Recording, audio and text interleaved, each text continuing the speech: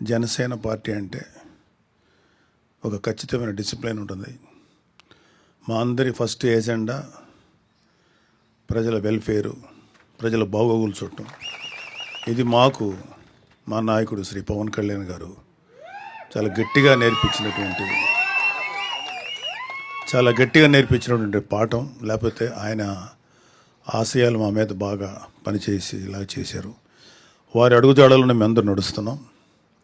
So మీ first priority ఎవరైతే జనసేనలో చేరబోతున్నారో మీ first priority మనల్ని నమ్ముకోనో లేకపోతే అవసరంలో ఎవరైనా ఉన్నారో వాళ్ళకి మన శాయశక్తుల ఎంతవరకు సర్వీస్ చేయాలో అది ఆలోచించాలి.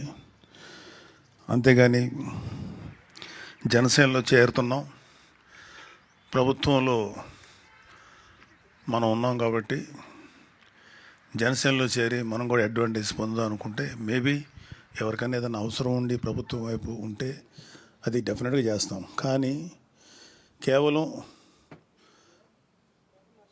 నాకు ఏం జరుగుతుంది, నాకేం చేసుకోవాలనే ఆలోచనతో మీరు ఎవరైనా ఉంటే మాత్రం అలాంటి ఆలోచనలు దయచేసి పక్కన పెట్టండి. అంతకుముందు మీరున్న ఏ పార్టీలు ఉన్నారో నాకు తెలీదు. సో నేను అంటే ముఖ్యంగా నేను ఇప్పుడు మిమ్మల్ని ఎవరిని అడగదలుచుకోలేదు, కానీ వైసీపీ నుంచి వచ్చే ఎవరికైనా సరే ముందు చెప్పాల్సింది ఏంటంటే సెల్ఫ్ పక్కన పెట్టండి.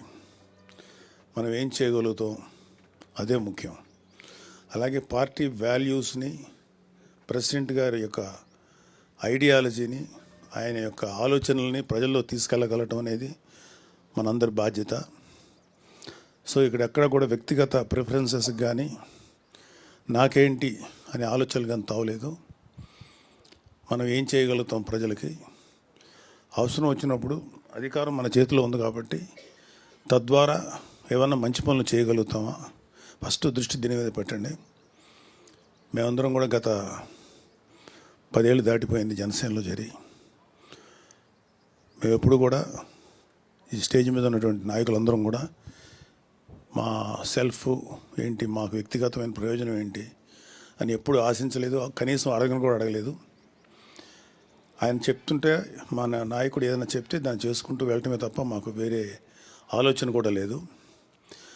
ఆయన పలానా పని మీరు చేయండి, లేకపోతే ఈ బాధ్యత అప్పగిస్తే ఆ బాధ్యత ప్రకారం చేసుకెళ్ళటం తప్ప మాకు వ్యక్తిగతమైనటువంటి ఎటువంటి ప్రిఫరెన్సెస్ లేవు.